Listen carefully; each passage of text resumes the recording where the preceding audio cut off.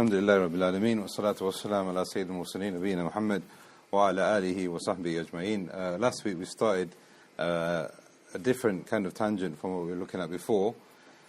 We were looking at crying and weep for the sake of Allah, and that's kind of connected to the idea of Zuhd, where a person forsakes the dunya in seeking the akhirah. So when a person weeps, he could be rewarded for different acts of weeping and crying for the sake of Allah.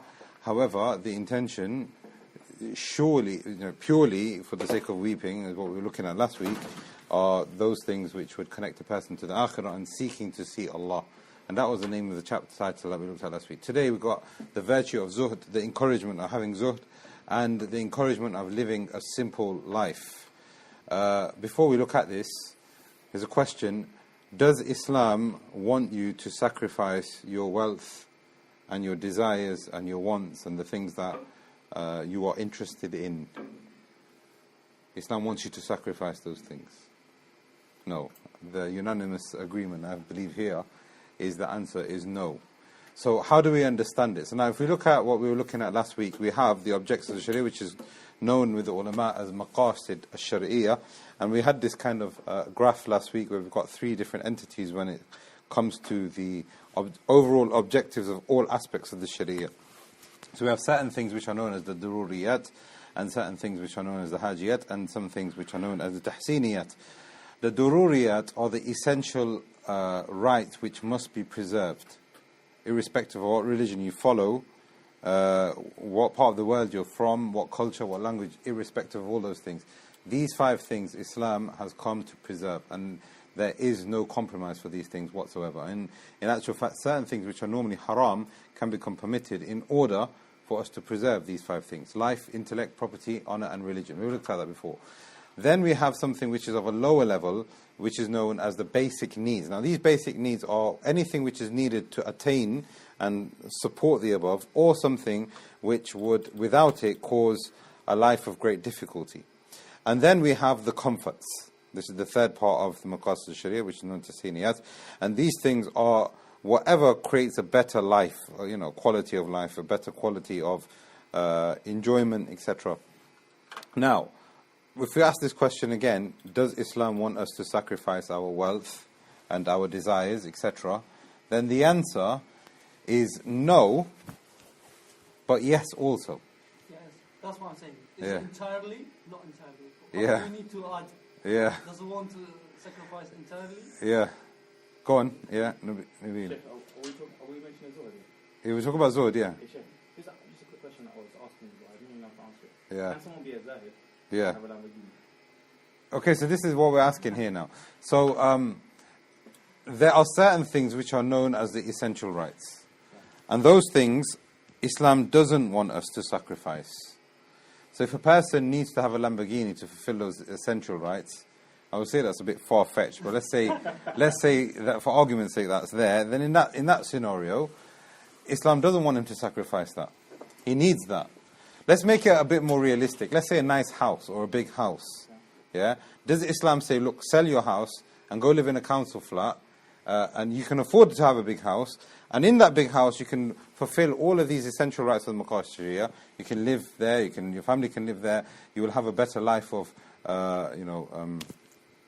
quality of life. In that way you can preserve your intellect, that way you can preserve your property, etc. Or does Sharia say, listen, sell that big house, go live in a very poor area. In that scenario, you're putting your own life, your own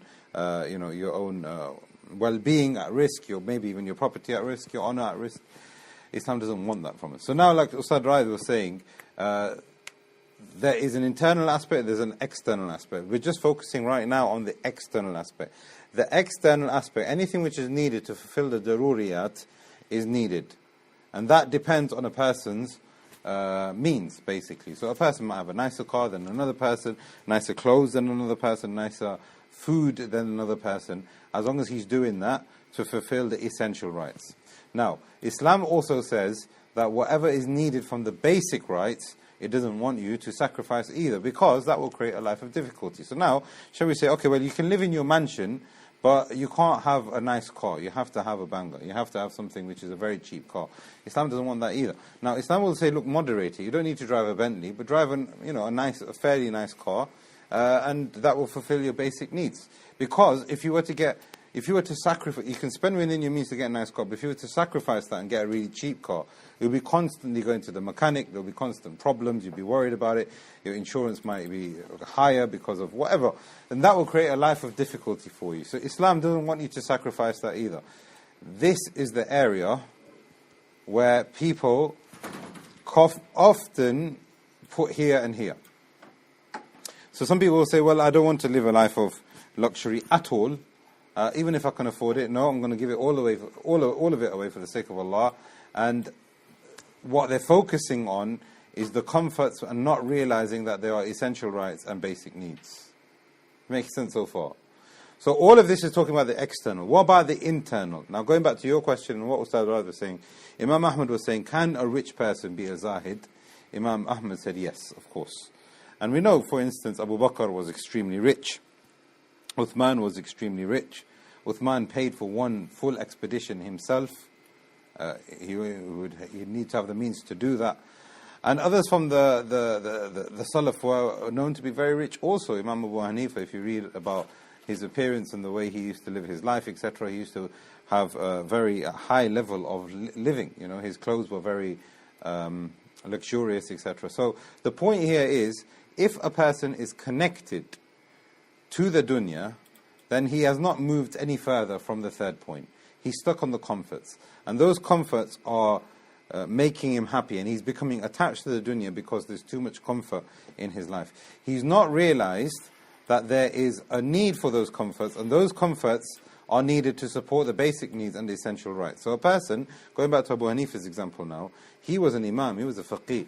Now, he had very, very nice things, but those nice things were there to create a nice comfort and quality of life for him, so that his basic needs and so that his essential rights can be preserved. So his internal connection wasn't to those things. His internal connection was to the akhirah, but he was using those possessions that Allah has given to him and the favor in the dunya in order to fulfill 3, 2, and then 1. I hope this makes sense, because this kind of is connected to what we were looking at last week, and it's connected to the idea of zuhd. So now we hear the term zuhd being used a lot, and really I don't think there is a fixed definition, English definition to the term zuhd. Because in the English language it's known as asceticism. I don't know if I'm saying that right, but asceticism. Yeah. But that's a Christian concept. Now even if you type it in into Google here, is that how you spell it? Ascetic. Look, there we are. So now an ascetic is somebody who has self-discipline and abstention from all forms of indulgence, typically for religious reasons. Now if you look at that definition, does that fit in with this? Not really, because what they're saying is that they're not going to have this or this or this for the sake of their religion. But what we're saying is, you need this to support this and then to support this.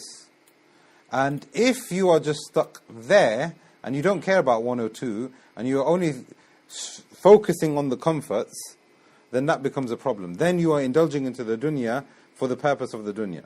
You are connected to these material possessions, and that Islam doesn't want you to have.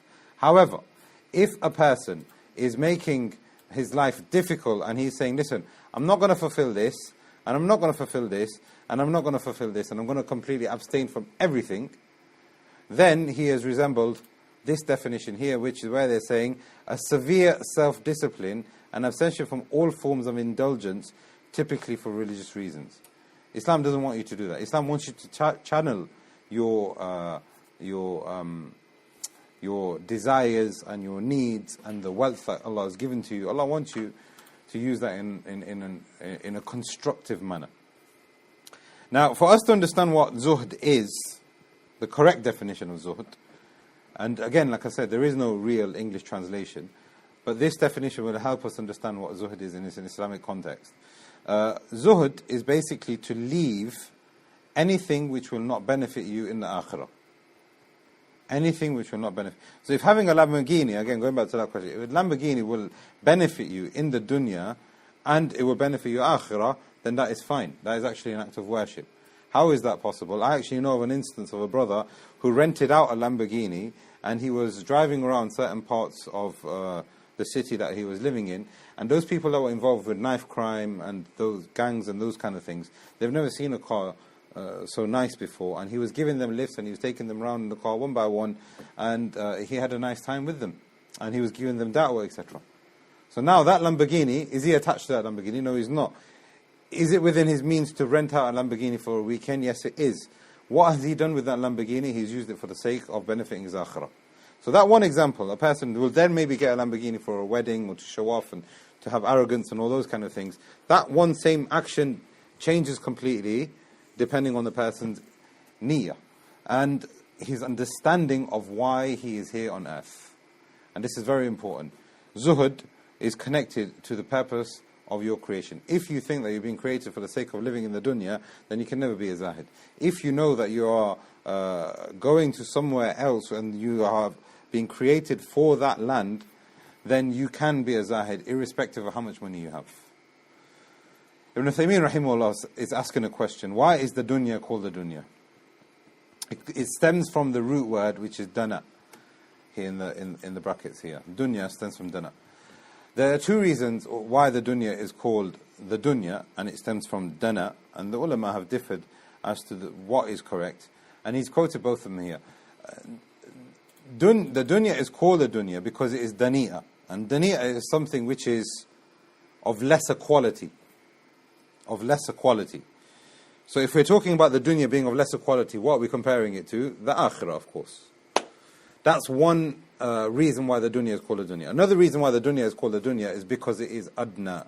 It is physically lower than the Jannah, which is, suspended on top of us right now. If we were to understand this, I know there isn't a correct opinion because both can be correct. We can harmonize the two and say, well, yeah, it is lesser in status and it is physically lower, and there is no contradiction in that. Ibn Uthaymeen rahimahullah said, therefore, what the author is mentioning here in this chapter is that it makes no sense for a person to sacrifice the akhirah for the sake of the dunya. There's no sense in that. Therefore, what is zuhd? Zuhd is to sacrifice anything in this dunya which will not benefit you in your akhirah. And in that way we can harmonize and we can understand what the maqasid of the sharia is. It doesn't want you to have comforts for the sake of comforts, but if those comforts are needed in order for you to establish the essential rights and the basic needs, then that is what you should be doing. And you shouldn't be shy of that, and you should be sacrificing those things. Imam al-Nawawi brings certain ayat, إِنَّمَا مَثَلُ الْحَيَاةِ الدُّنْيَا كَمَا أَنزَلْنَاهُ مِنَ السَّمَاءِ فَاخْتَلَطَ بِهِ نَبَاتُ الْأَرْضِ مِمَّا يَأْكُلُ النَّاسُ وَالْأَنْعَامُ حَتَّى إِذَا أَخَذَتِ الْأَرْضُ زُخْرُفَهَا وَزَيَّنَتْ وَظَنَّ أَهْلُهَا أَنَّهُمْ قَادِرُونَ عَلَيْهَا أَتَىٰ أَمْرُنَا لَيْلًا أَوْ نَهَارًا فَجَعَلْنَاهَا حَصِيدًا كَأَنَّ لَمْ تَغْنَ بِالْأَمْسِ كَذَٰلِكَ نُفَصِّلُ الْآيَاتِ لِقَوْمٍ يَتَفَكَّرُونَ. A basic or loose translation, a summary of this.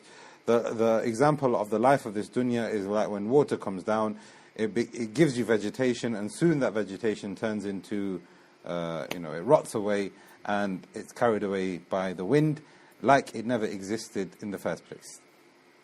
And this is a parable for those people who ponder. Ibn Uthaymeen rahimahullah says a parable is very strong here because that person who knows why he has been created, again this is going back to the concept as to what zuhd is and how a person becomes a zahid. If a person knows for the purpose of why he has been created, he will not be deceived by this. And this is what the parable is saying. That you have been brought about from water as a ni'mah, as a favor from Allah, and you've only been put here for a limited time so that you can benefit from the animals, you can benefit from its vegetation, and then soon it will be gone. And we have to understand that that is not permanent. And if you understand that it's not permanent, in that way you will understand what zuhd is. There's another example here of the likeness of this world, which is compared to water. And we recite this every Friday. وَضْرِبْ لَهُمْ مَثَلَ الْحَيَاةِ الدُّنْيَا كَمَاءٍ. Give them the example of the life of this dunya. It is like water. أَنزَلْنَا مِنَ السَّمَاءِ. It comes from the sky. فَاخْتَلَطَ بِهِ نَبَاتُ الْأَرْضِ. And it mixes into the earth. It makes fertile land produce vegetation. فَأَصْبَحَ هَشِيمًا تَذْرُوهُ الرِّيَاحُ. Then it rots away, and then the wind carries it away. وَكَانَ اللَّهُ عَلَىٰ كُلِّ شَيْءٍ مُقْتَدِرًا الْمَالُ وَالْبَنُونَ زِينَةُ الْحَيَاةِ الدُّنْيَا وَالْبَاقِيَاتُ الصَّالِحَاتُ. These things are from the zina of this dunya. These things are things that we enjoy in the dunya. And Allah is not telling us that we are not supposed to enjoy those things. However, if you have the correct understanding of why you have been created, then you will understand what zuhd is, which again, reiterating, anything which will benefit your akhirah is zuhd, or not benefit your akhirah is zuhd, leaving that. That is what this ayah is saying here. So here, look at Allah is saying, enjoy the dunya, but remember there are certain things in this dunya while you are here which will not benefit your akhirah. And there are certain things whilst you're in this dunya which will benefit your akhirah. وَالْبَاقِيَاتُ الصَّالِحَاتُ. And ulama have differed as to what baqiyat salih. Some of them say it means subhanallah, alhamdulillah, Allahu Akbar. Some of them say it refers to as-salat. In general, all of these are just examples of a deeper meaning, which is righteous deeds. Righteous deeds will remain. خَيْرٌ عِنْدَ رَبِّكَ ثَوَابٌ خَيْرٌ أَمَلًا. So even in this context here, in the parable that we find here, rain comes down, it brings about vegetation, soon it's gone. And that's just like our parable and the life that we lead. You have been given treasures in this world which you can enjoy. And that's from the favor of Allah, and Allah is asking you to enjoy those things so that you can benefit your akhirah. And the best things that you can do to benefit your akhirah are those good deeds. Imam al-Qurtubi, however, brings a very good question here. Why does Allah liken مثل الحياة الدنيا كماء? What's the parable? What's the simile? What's the comparison between the life of this dunya to water? And Imam al-Qurtubi brings at least 6 different points. For example, the dunya is compared to water because the dunya comes quickly and water comes quickly. If you were to spill this water right now, it will gush forward. Just like the dunya. The dunya is very quick to come to you. Yes, Nabil? So this is his tafsir of the verse. This is from his tafsir, yes. Yeah, reflections, as in, yeah, I mean, reflections is part of his tafsir, yeah. Another reason why water has been given the similitude or the likeliness of the life of this dunya is because when water is spilt from the sky or onto any object, it is very quick to spread. Therefore, water is compelling in the way it overtakes things, just like the dunya. If you let the dunya into your heart, it will immerse you.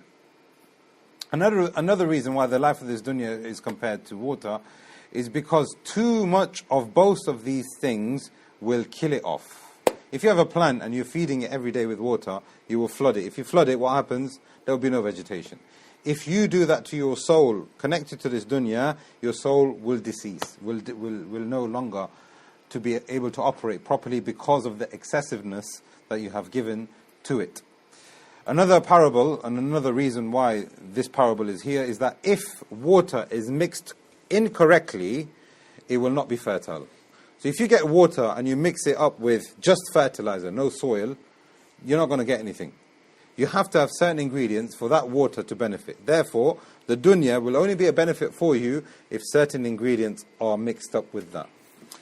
Also, another reason why the water and the dunya are like one another is because it is hard to decipher what is good and what is not. And it's only those people who are able to decipher between what is beneficial water and what is beneficial dunya will be able to benefit from those things.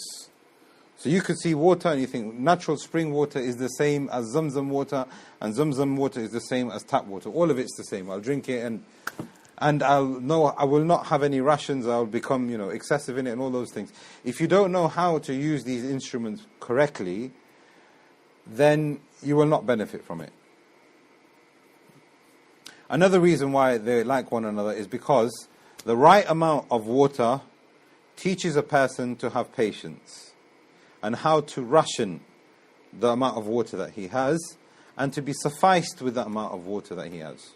Now, we're living in an age where you just turn on the tap and the water's there. But that's not common to human history. Mankind, and even other places in the world right now, they have to go out, bring their water back, and use that water and ration that water between them and their family members for a period of time. And we kind of have to do that here as well. I mean, if we don't do that, then there'll be droughts, and, they have hose pipe bans and all those different things that happen, and your water bill will go up. And even Allah doesn't teach us to be excessive, and even the policies in the country that we live in, etc., it tells us not to be excessive. So it's the same sort of idea here, which is that the right amount of water will teach a person how to be patient, how to calculate things, how to measure things, and how to be able to ration those things. If you have too much of something, it will destroy you. And it also teaches us the importance of being sufficed and being patient. He also brings an ayah from Surah Hadid, اعلموا أنما الحياة الدنيا لعب ولهو وزينة وتفاخر بينكم وتكاثر في الأموال والأولاد. And the rest of the ayah goes on to complete the parable. But Allah is saying here, the life of this dunya has 5 characteristics: play, time wasting, infatuation with beauties, wazina, وتفاخر, luxuries, وتكاثر, competition. Ibn Uthaymeen has said that this ayah here summarizes 5 characteristics from the dunya which are all useless. And these 5 characteristics are obviously the cause of great fitna for most of mankind. Play, time wasting, infatuation with beauties, luxuries and competition. If we have that as a mindset and approach towards the dunya, you will never be a zahid. And you will never understand the reason for what you were being created for. Therefore, you will never be able to benefit your akhirah. All of these are expanded in on the selection of the following ayat. زُيِّنَ لِلنَّاسِ حُبُّ الشَّهَوَاتِ مِنَ النِّسَاءِ وَالْبَنِينَ. And all of these, I mean, you can find all 5 of these here now, expanded in the ayat that Imam al-Nawawi brings, especially in this one. So for example, for most of mankind, desires, the opposite gender, children, wealth, gold and silver, having lots of assets, all of that is the purpose for why they want to live. ذَلِكَ مَتَاعُ الْحَيَاةِ الدُّنْيَا وَاللَّهُ عِنْدَهُ حُسْنُ الْمَآبِ. And all of that is expanded from here. Also we have an ayah from Surah Saba, يَا أَيُّهَا النَّاسُ إِنَّ وَعْدَ اللَّهِ حَقٌّ فَلَا تَغُرَّنَّكُمُ الْحَيَاةُ الدُّنْيَا وَلَا يُغُرَّنَّكُمْ بِاللَّهِ الْغُرُورُ. Don't be deceived, O mankind, and this is addressed not just to the believers. The promise of Allah is true. You are going back to your Lord. You have consequences in this dunya. And if you understand that, you will be a zahid. You will know what will benefit you in your akhirah. So again, the concept of zuhd is not that you leave the dunya. The concept of zuhd is that you use the dunya to benefit your akhirah. And this is what Allah is saying here. Wa'dullahi haqq. Allah's promise is true. So don't be deceived by this dunya by forsaking it or being too much into it. And those people who forsake it and go too much into it will fall into one of these 5 things. Even those people who say that they're going to abandon the dunya and, fall into this idea of asceticism where they are becoming self-disciplined and fall into no forms of indulgence, etc.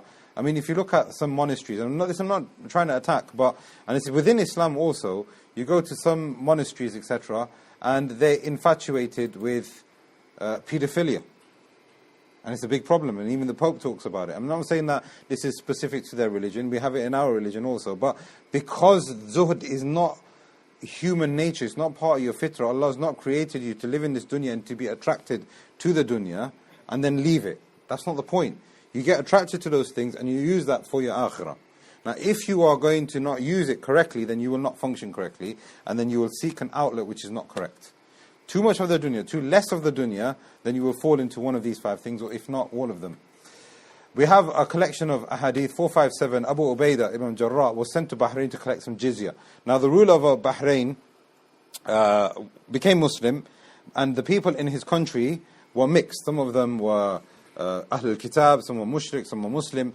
So the ruler of Bahrain said, listen, Muhammad sallallahu alaihi wasallam, we will accept your call, but what do I do in this multicultural country? What do I do with that? So the Prophet ﷺ said, take jizya from those people who have not entered into Islam. So Abu Ubaidah was sent to Bahrain to collect jizya.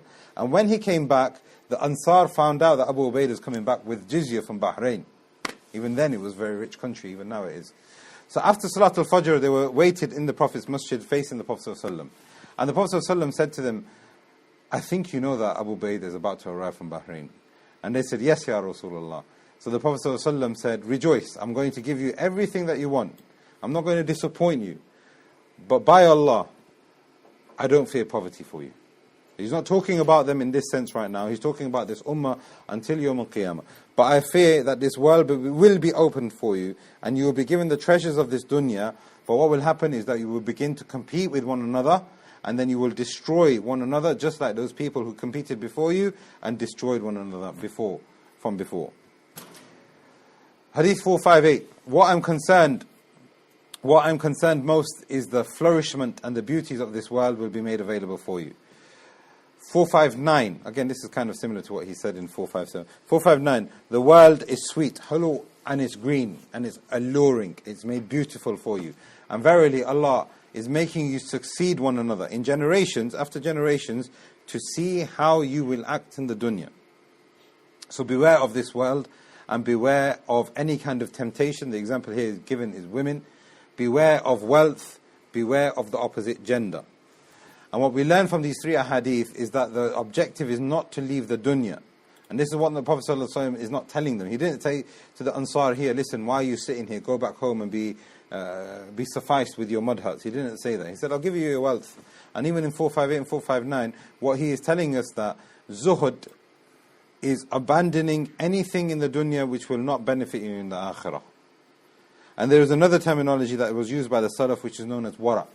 And wara is abandoning anything in the dunya which will harm your akhirah. So now you can be given wealth.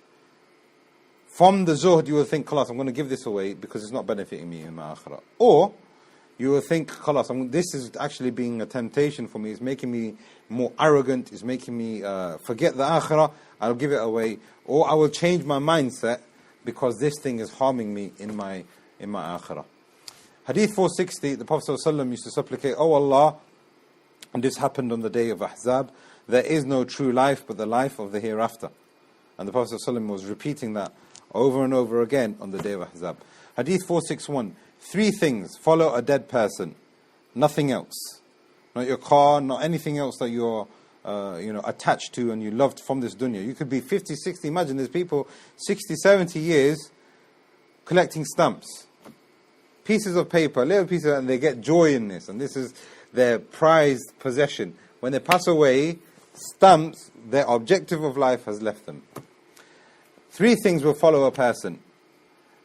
The members of his family, his property and his deeds. But only 2 will be returned and only 1 will remain. So now those members of his family, his property, etc. will follow him until he is buried. Once he is buried and put into the ground, his family members have gone back and his property has been given away. There's only one thing that remains, and the only thing that remains is the deeds that he has used to benefit his akhirah. This is zuhd. 462, among the inmates of the hellfire, the person who led the most luxurious of life in this dunya, he will be brought up on the day of judgment and he will be dipped into the hellfire.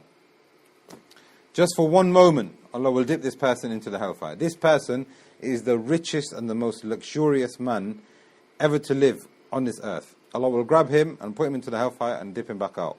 And then Allah will address him and saying, O son of Adam, did you ever experience any kind of luxury whilst you were there in the dunya? He will say, by Allah, no, I didn't see anything from the dunya which was luxurious. What does that mean? Was he lying? He's not lying. What it means is he's completely forgotten everything that he enjoyed in the dunya. And what it means is that he's understood at this moment now that all of those things have gone. And the only thing that's going to benefit a person is what is going to benefit him in his akhirah from the dunya that he's living in right now. And then one of the people who has had the most misery, forget Burma, forget Syria, forget New Zealand, wherever it is, the most miserable person in the life of this dunya will be taken and he'll be shown into Jannah and dipped out again. And he will say, have you ever seen misery? He'll say, I've never seen misery. I've just seen Jannah. How can I remember what misery is? What we learn from this is that no matter how good your situation is in the dunya or how bad your situation is in the dunya, a person will only be successful if he understands what zuhd is. And zuhd is directly connected to the reason why Allah has created you. 463, this world is full of pleasures and in its duration and its comparison to the akhirah is similar to the amount of water that a person would get if he was to dip his finger into the sea and bring it back out. How much water would he have on the top of his finger, on the tip of his finger, compared to the water that remains in the sea? That's the parable between the life of this dunya and the life of the akhirah. 464, the Messenger of Allah ﷺ said, once was passing through the market with his companions on both of his sides, and he saw a dead skinny lamb. Now this lamb has been left to rot because it has no value. You can't use it to graze, you can't use it to milk, you can't use it for its meat. It's just been left.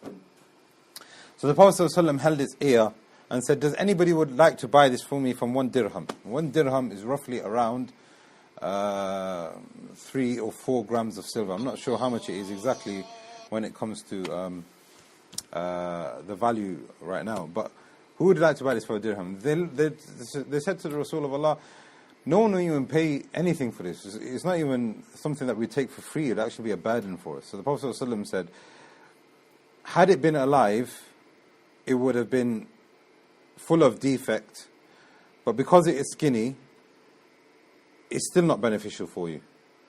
That's if it was alive. But what about when it is dead? This is what the companions were saying. So the Messenger of Allah ﷺ said, truly the world, the life of this dunya, is more despicable with Allah, or even lesser with Allah, than this dead lamb is to you guys. So we understand from this that this lamb was skinny. It wasn't going to be any benefit, even if it was healthy. So how about when it is dying? So the Prophet ﷺ is giving that example to the companions and saying that the life of this dunya is even worse than that. Ibn Uthaymeen, in giving a comment here, he said that the true pleasure is the pleasure of the akhirah, and all that we benefit from soon becomes dirty or damaged or will eventually perish, just like this donkey or this lamb. So once in its life, this lamb would have been anticipated by the shepherd. The shepherd's waiting for a lamb to come out from the mother, and he's going to have high expectations for this lamb, but it turns out to be skinny and it turns out to be useless. So then what the shepherd does, he just leaves it to go away, and is going to not look after it until that sheep becomes dirty and it becomes disheveled and it becomes damaged, and eventually it will die. This is the same example that the Prophet ﷺ has given to us of this dunya. We have high expectations from this dunya, but it is dirty. Nothing remains pure in this dunya. It will get damaged. There will be times when things will be tested, and the inevitable will happen. It will go away. 465, we have an encouragement to spend and to give. So now this chapter, you have to remember, is about zuhd, but it's also an encouragement to leave the dunya and to sacrifice the dunya and give from the dunya, even though you have an attachment towards it, and to live a life of simpleness. Abu Dar reported, I was walking with the Messenger of Allah ﷺ on stony ground. It was difficult to walk on it in an afternoon in Medina when Uhud Mount came into sight. The Messenger of Allah said, "Oh Abu Dar," and he's calling him. So Abu Dar responds and saying, "I'm here, I'm listening to you, Ya Rasulullah." The Prophet ﷺ said, if Uhud, the mountain that we see now in front of us, was full of gold, it would not please me to have a single dinar out of it for the period of 3 days, except that I would give it away in giving in sadaqah and paying off debts and looking after the poor. If that mountain in front of me was converted into gold and it became mine, I wouldn't keep it for a period of 3 days. I would distribute it amongst the slaves of Allah. And he pointed in front of him, and he pointed to the right of him, and he pointed to the left of him. And when they, so in meaning that he'd give it to this person, and he'd give it to that person, and he'd give it to that person.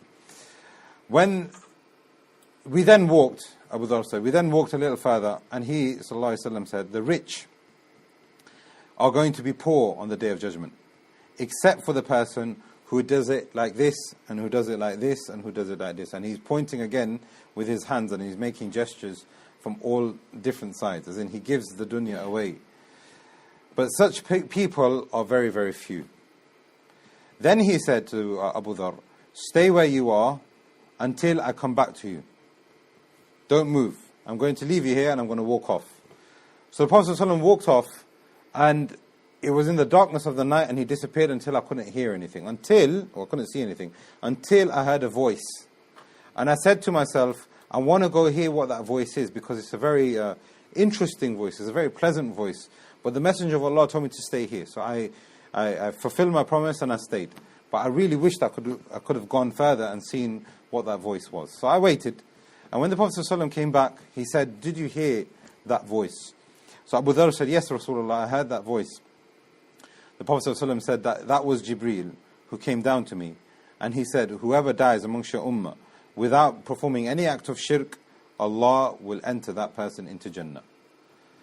So Abu Dhar said, even if he does zina and even if he steals, and the Prophet ﷺ said, even if he does zina, and even if he steals. And there's another narration that Abu Dharr kept asking the Prophet ﷺ, وَإِن زَنَا وَسَرَقْ, even if he does zina, and even if he steals, even if he, how can he enter Jannah? He's just done zina, and then the Prophet ﷺ said, even if he does zina, and even if he steals, even if Abu Dharr dislikes it. So the point here is that there's a glad tidings that was given here from the context of the Prophet ﷺ saying that the purpose of our life is to benefit our akhirah.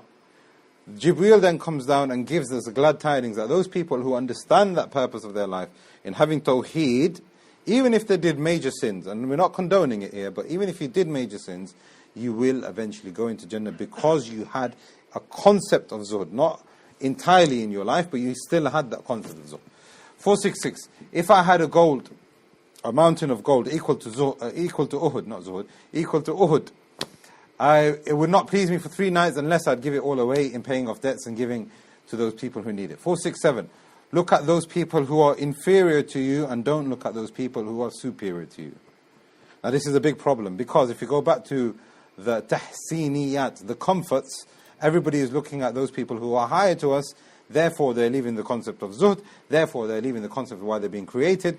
Even if they are praying and establishing their prayers and they are practicing Muslims, they are constantly got zuhd the wrong way around. And they're looking at those people who are higher than them, therefore they're always chasing them, therefore they are not content with having little in the dunya and having higher in the akhirah. This reminds me of a story I just heard the other day. King Khalid went to see Sheikh Muhammad ibn Uthaymeen, rahimahullah, the one who explained this book. Now Ibn Uthaymeen at this stage became a very big scholar in Saudi Arabia. So people are coming from all over the world to see this man. Delegates, as well as ulama, all kinds of people are coming to see this man. Now Ibn Uthaymeen's house was very, very simple. Very, very simple. I mean, he didn't even have much furniture. As in, like, if you go to see him and sit in his living room, there were no sofas, there were no tables. He'd be sitting on the floor with 1 or 2 cushions. So King Khalid came to see him. And King Khalid said to Muhammad ibn Uthaymeen, rahimahullah, he said, listen, we need to get you a better house than this. You know, people are coming and this is not good for you, and it's not good for the guests, and it's not good for us as a country. It makes us look like we're not treating you well. So Ibn Uthaymeen, rahimahullah, said, I'm already building another house. It's in such and such district. So King Khalid said, are you sure? He goes, yeah, I'm building my house there. Don't worry about it. It's going to be a very nice house. It's going to be a very big house. And I've taken all these things into consideration. And it's all going to be there. So King Khalid goes, Khalas, all right, fine. If you've got everything under control, I'll leave you to it. So the people that were there at that time, they said, Sheikh, what's this house that you're building? We've never heard of you building a house. We've never even heard of you buying a different plot anywhere else. The land that he was talking about was the graveyard. And he goes, that's where I'm building my house. That is where all of the luxuries will be. That is what I'm working for in this house to build another house. And I don't need any other house because that is the next house that I'm moving to. Look at those people who are inferior. Don't look at those people who are superior. If you look at those people who are superior, you will never think like Uthaymeen. You will think like those people who are chasing the celebrities rather than trying to emulate and chasing the ulama and the pious and the prophets that came before them. There's a silsila, there's a chain.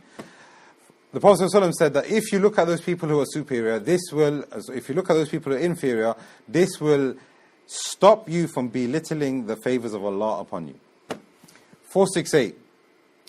May he be miserable, the worshipper of the dinar and the dirham.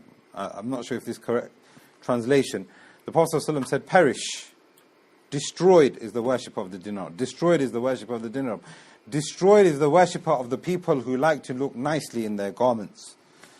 Designer labels and those people who worship, all of these cosmetics and all of these, appearances. People actually worship those things, and that's what the Prophet ﷺ is telling us here.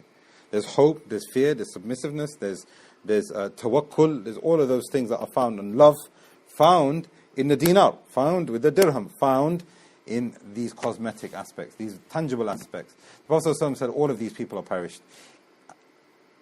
This next sentence here, the ulama have differed. Is this sentence describing the last person here, or is it describing all three?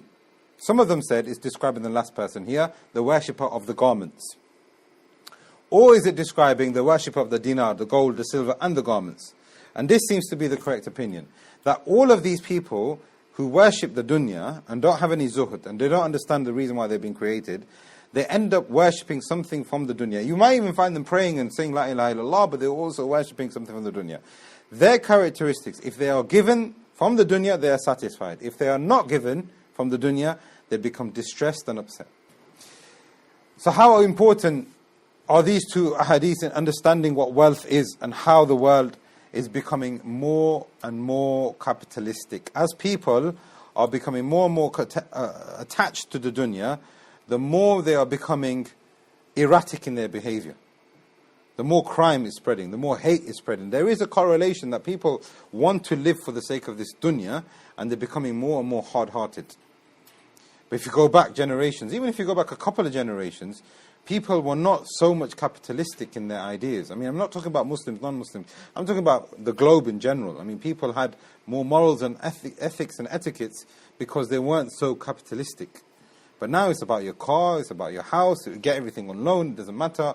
You just have to become, a certain image, and then what that does, it creates a level of dissatisfaction and, not being grateful. And what that will then create is hard-heartedness. We find that in Surah Humazah. People will start backbiting, people will start thinking that their wealth will keep them alive forever, etc. 469, Abu Hurairah radiallahu anhu said, I saw 70 people from the people of Suffah, and not one of them had a cloak in between them. They only had enough to cover their awrah. Some of them had, and these were the luxurious ones among them, had something, one garment, and they used to wrap it around, which would cover their awrah, and they used to tie up at the back of their neck. So they would have something on the top of their body like that. But most of them, just enough to cover their private parts. And this, the Prophet ﷺ once said to the women, when the Imam says Allahu Akbar, give it a few minutes, not a few minutes, give it a few moments after the Imam has said Allahu Akbar. The reason why is once the Imam has said Allahu Akbar, he's going into sujood or he's coming back up, there are people from Ahl Suffah, they don't have much clothing to the extent that when they go into ruku' and when they go into sujood, some of their awrah can get exposed. So the women are praying at the back saf, you might see something that you don't want to see. So when the Imam says Allahu Akbar, give it a couple of moments after that and then you move. This is the level of desperation and the level of simpleness that they had. Now, this is very important now here. Does Islam want you to live like that? Does Islam want us to sell us our garments and we walk around in a sarong? Allah doesn't want that from us, but Allah does want us to be grateful.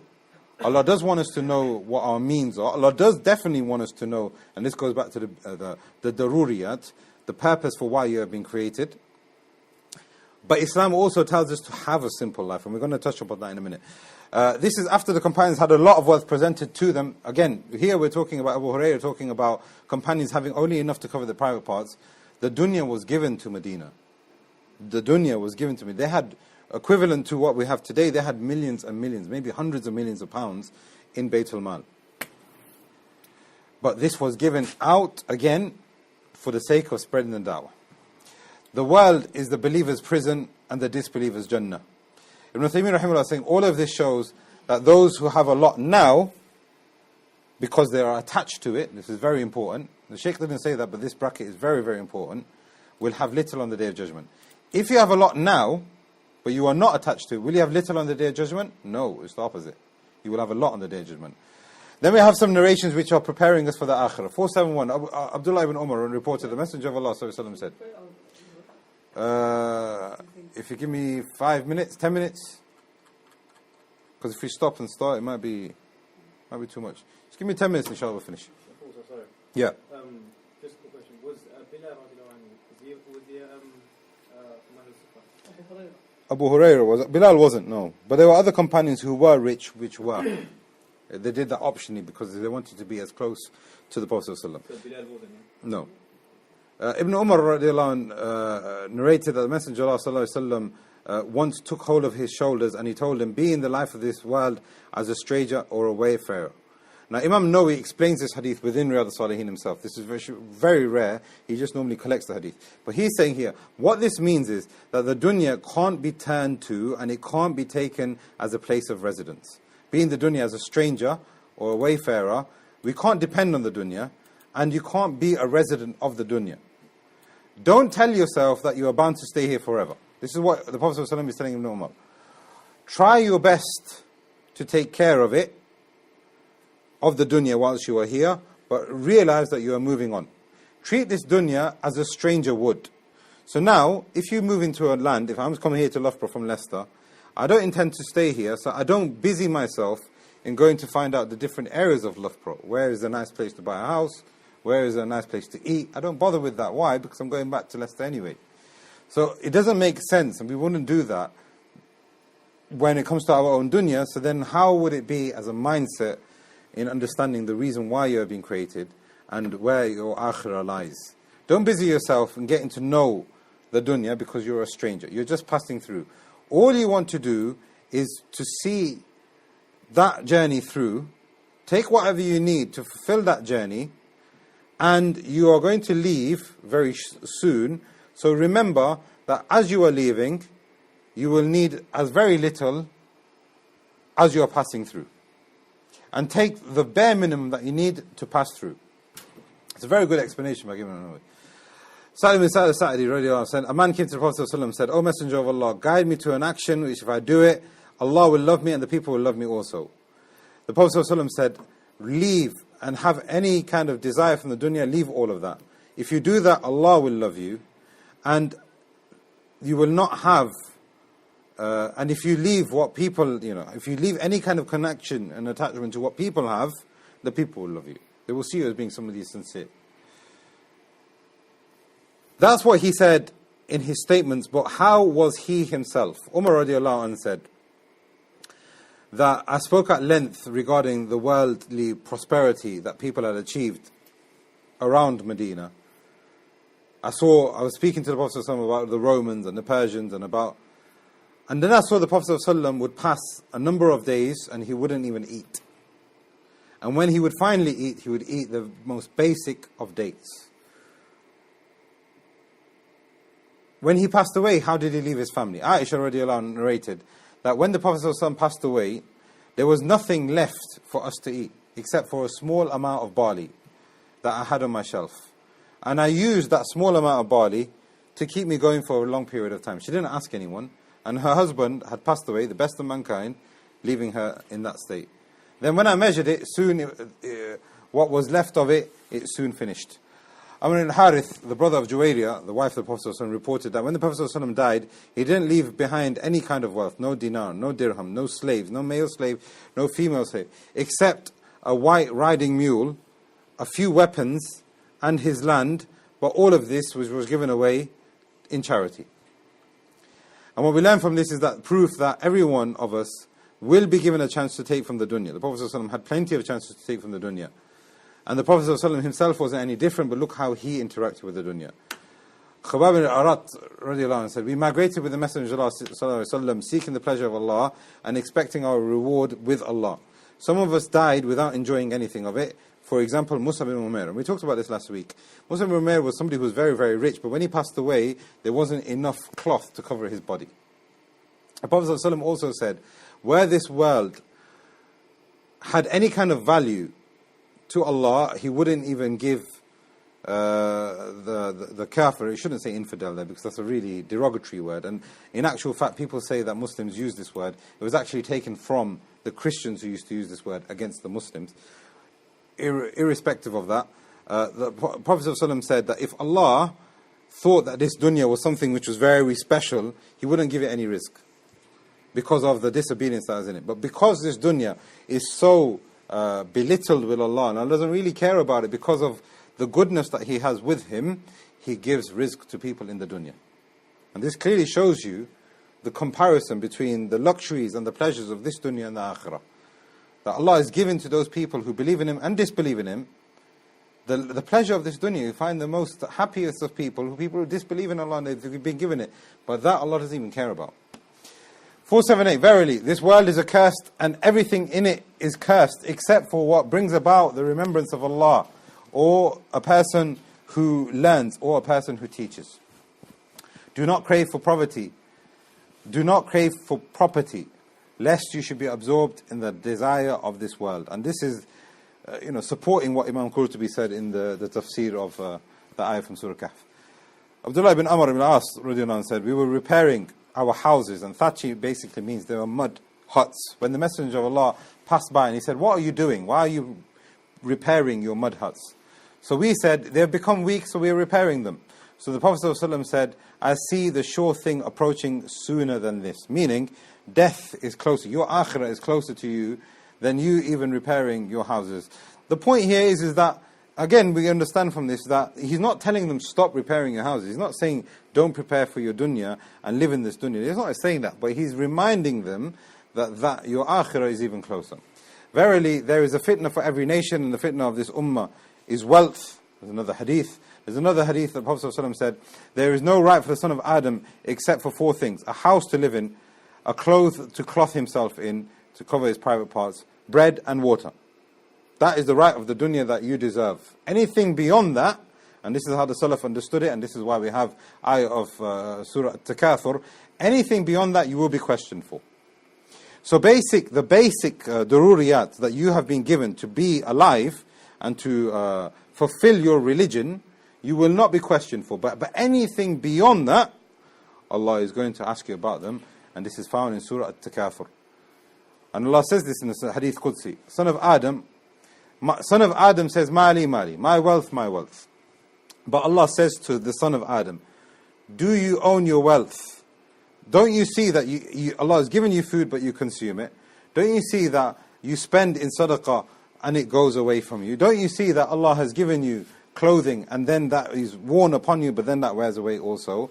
The wealth that you have been given is leaving you constantly, and Allah keeps constantly giving it to you, and it constantly comes back to you. Now, the point here that we learn from this is that what Allah gives to you for you to support your religion, that is khair. Anything beyond that, you will be questioned for. The Prophet ﷺ said that the world is going to perish and it isn't actually worth much. Now, look at the comparison that the Prophet ﷺ gave, just a few hadith. Look at the comparison the Prophet ﷺ, going back to this one here. Had the world been the worth of a wing of a mosquito, Allah wouldn't have given rizq to the disbelievers. There's another hadith where the Prophet ﷺ said, 2 raka'at before Fajr is better than the whole dunya and all that it contains. So now look at the comparison here. A small mosquito wing, but 2 raka'at can fill that full mosquito wing every single day on a daily basis. The Prophet ﷺ also said a whip. So a whip, probably the distance of this much here, in Jannah, given to you in Jannah. A stick, meaning given to you in Jannah, is better than the whole dunya and all it contains. So what we learn from this is that you can gain your akhirah with very little deeds as long as you're consistent on them and in pleasing Allah, and understanding what zuhd is, understanding why you have been created. And if you do that, you will have a different quality of life, you will have a different durability of life, and you will not be deceived by the test. Hadith 484. The Prophet ﷺ was asked, and a man came up to him and said, "O Messenger of Allah, by Allah, I love you." So the Prophet ﷺ said, "Think about what you're saying. Do you really love me?" So the Prophet ﷺ said, the man said, "By Allah, I love you." The Prophet ﷺ asked him again, "Think about what you're saying. Do you really love me?" And the man said, "By Allah, I love you, Messenger of Allah." The Prophet ﷺ, the third time said, "If you love me, then you should be ready for acute poverty. You should be ready for a life of simpleness. Because poverty comes to those who love me. Those people who are closest to me will be attracted by poverty. Faster than a flood flowing towards its destination." The Prophet ﷺ also said, 2 hungry wolves sent in the midst of a flock of sheep are no more destructive than a man's greed for wealth and fame to his deen. Wealth and fame, we looked at that in Surah Haqq. I'm sure we talked about this on earlier occasions. Ibn Taymiyyah rahimahullah said that the whole of the dunya and people being driven by their desires are led by wealth and fame. Halaka anni maliya, ma'agni sultani, halaka anni maliya. I have no sultan on this day and I have no wealth on this day. 2 things which led them to be deceived from the life of the akhirah. That will destroy your deen, just like sheep that will be, just like wolves that are put in the sheep pen. Ibn Mas'ud radiallahu anhu narrated, the Messenger of Allah used to sleep on a straw mat, and when he used to get up, he used to have marks on his side. So Ibn Mas'ud radiallahu anhu said, "O Messenger of Allah, would you like us to make a bedding for you, a nice, comfortable one?" So the Prophet ﷺ said, "What do I have from this dunya? A mattress The Prophet ﷺ equated a mattress to the dunya. He said, I'm just like a rider, soon I'm going to leave you. I'm just passing through, and I'm just seeking shade, and then I'm going to leave. 487, the poor will enter Jannah 500 years before the rich. I looked into Jannah, the Prophet ﷺ said, and I saw most of the people in the Jannah are poor, and I looked into the hellfire and I seen most of the inmates are those people who are ungrateful. It says women here, but it means those people who are ungrateful. 489, I stood at the gates of Jannah, and I saw most of the people who are entering into Jannah were the poor. And most people who enter into the hellfire were those people who were ordered to be sent immediately. I mean, those people who were destined to go to hellfire were ordered to be sent there immediately because they were the richest of the people. 490, the last hadith here. The most truthful statement is said by a poet, and his name was Labid. Everything besides Allah is in vain. And the Prophet ﷺ approved to certain verses of poetry. So what we learn from this in conclusion, Ibn Taymiyyah rahimahullah said, Zuhd is a connection that a person has to the level of acceptance and submissiveness that he has to his religion. The closer he is to his religion, to his Prophet, the less of the dunya he will want. The further he is away from his religion and his Prophet, and understanding what his religion wants from him, the more he will be closer to what he wants from his dunya and his desires. And all of this can be seen in the way that the person interacts with his dunya. A person will be very, very attached to the dunya, he is far away from his religion. And a person will be very far away from being attached from this dunya, but he will be very close to the akhirah. This doesn't necessarily mean that it's measured via material possessions. It's the concept, it's the insight, it's the wisdom. Ask Allah to make this beneficial for us all and give us tawfiq to act upon what we have learned today. هذا والله أعلم وصلى اللهم على نبينا محمد وعلى آله وصحبه أجمعين. Nabi, you got a question? That was the question, sir. Okay, Amar. In 488, why are ungrateful people described as women? Because the description here, and most of the women, the Prophet ﷺ said that most of the people that he saw in the hellfire were women because they were ungrateful to their husbands. And by ratio also, women will exceed men. So the ulama have said that the way they've understood it is that by ratio, women will be more than men. And it so happens to be that those women are more ungrateful to the things that they've been given than men. Therefore, the Prophet ﷺ used that as a rebuke. However, is this saying that women are lesser than men? They don't have the same chance as men? That's not what it is.